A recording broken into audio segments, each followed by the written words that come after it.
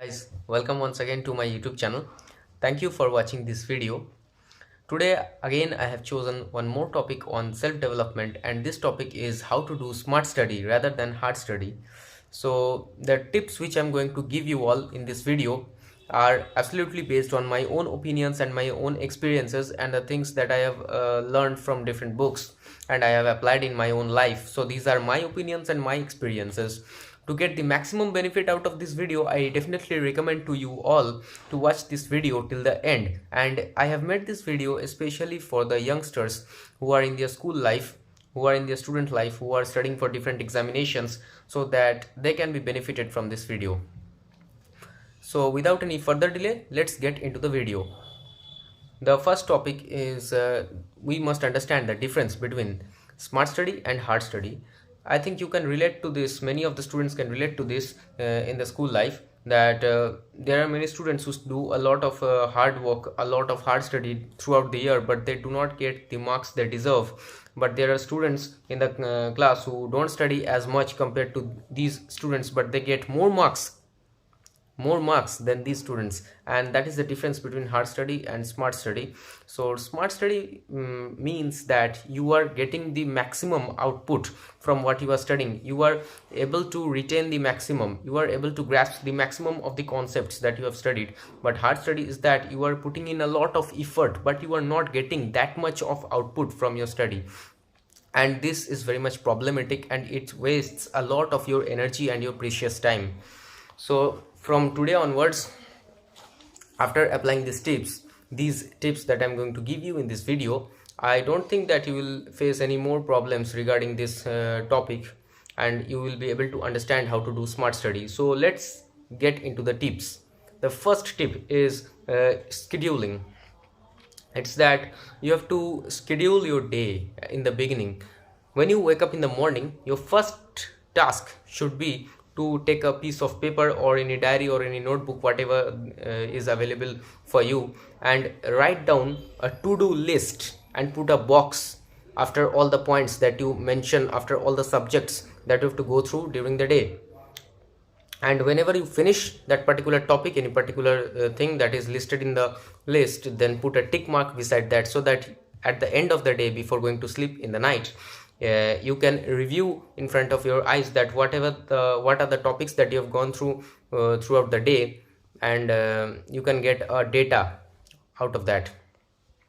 So planning is very much essential. Without planning, there are many students who do a lot of hard work and pick up any subject at random during the day, and they study at random. They do not have any proper planning, and that creates a hectic schedule, and at the end of the day, I don't think that you will be able to retain maximum of what you have studied, and this creates inefficiency in your studies.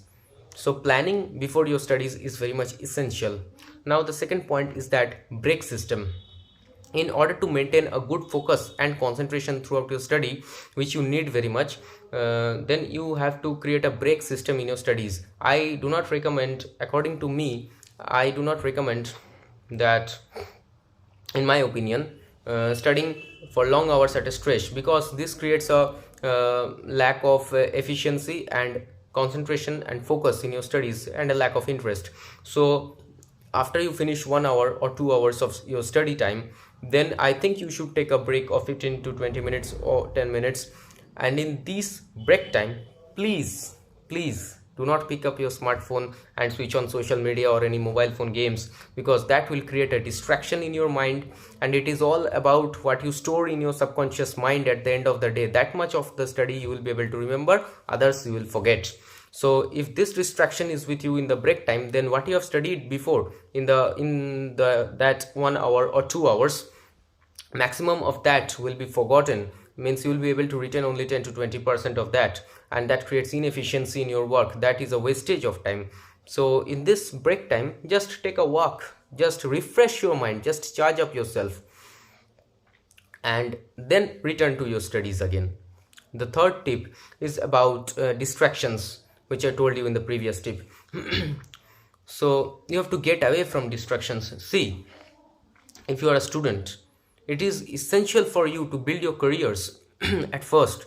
So you have to take a control of your life. You have to take a control of your mind, so that you can be mentally hard enough to stay away from these distractions, and you can be focused enough to maintain your concentration in the studies. See, I am a physics honors student. I am doing BSc honors in physics, so I have to go through a lot of mathematics and physics throughout my study time in the day. So I have to maintain a lot of focus and concentration when I am studying. So after applying these tips, I have benefited.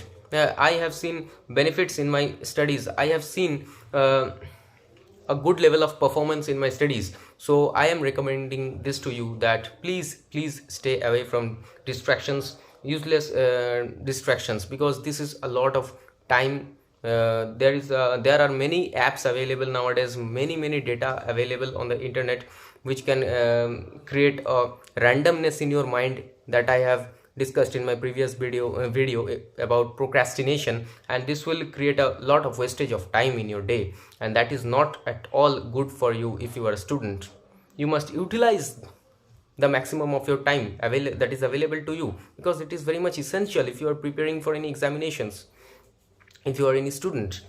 And whatever I'm telling you is that when you go to sleep at night, the things which you have studied in the day are stored in your subconscious mind.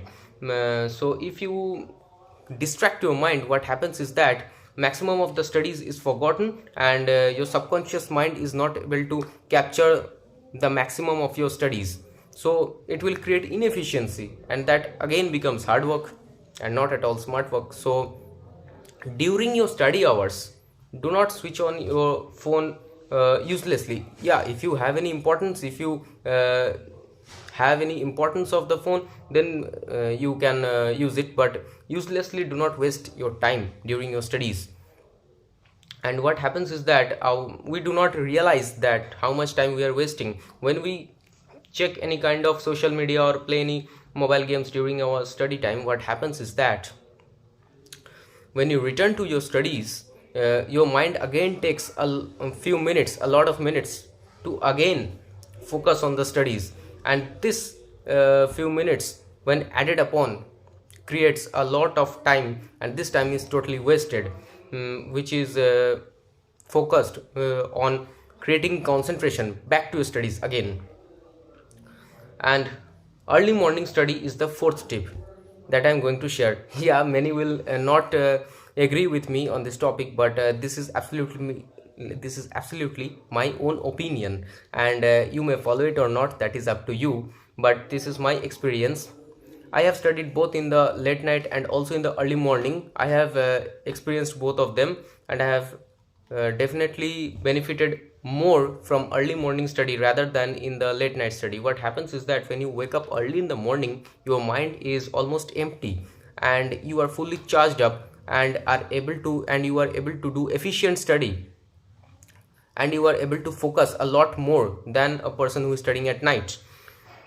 But what happens is in the night is that you have gone through the whole day, and you have had a lot of experiences in the day, and these thoughts revolve in your subconscious mind when you are studying in the night, and that creates a lot of wastage of time, and when you go to sleep, you will not be able to remember the maximum of your studies, and this is definitely not recommended. But yeah, if it suits you to study in the late night, if you are comfortable with that, if you are getting good performance from that, then you can absolutely follow that. But the thing which I told you is absolutely my own opinion, it is my own experience. And the last tip is that mind map. Depend more on mind maps rather than on short notes. Yeah, you have to use short notes, you have to use notes, absolutely you have to use notes, but at the end of 1 week, whatever you have studied for each and every subject, create a mind map and write down the topics in short, just in short, and your logics and formulas that you have gone through in the whole week, and create in one page. Try to write in short and in points, in bullet forms, in point forms, and in diagrams. Use diagrams and different kinds of mapping systems, different kinds of schematic diagrams and formulas that you have learned in the whole week in one page. And after you review that one page, then you will be able to understand how much you have retained in your mind and how much you have forgotten, and you can again go back to your studies and again study the things which you have not been able to remember. These were my tips for today, and that's all for today. I am sure that after applying these tips you can get an edge, and you can use the technique of smart study after watching this video. So if this video has been beneficial for you, then please give a thumbs up, hit the bell icon after hitting the subscribe button, so that you can get notification whenever I upload any new video. And see you all in my next video. And I am also thinking of uploading more content like this, self-development and self-help, so that students can be benefited from these videos. So that's all for today. See you all in my next video. Bye guys.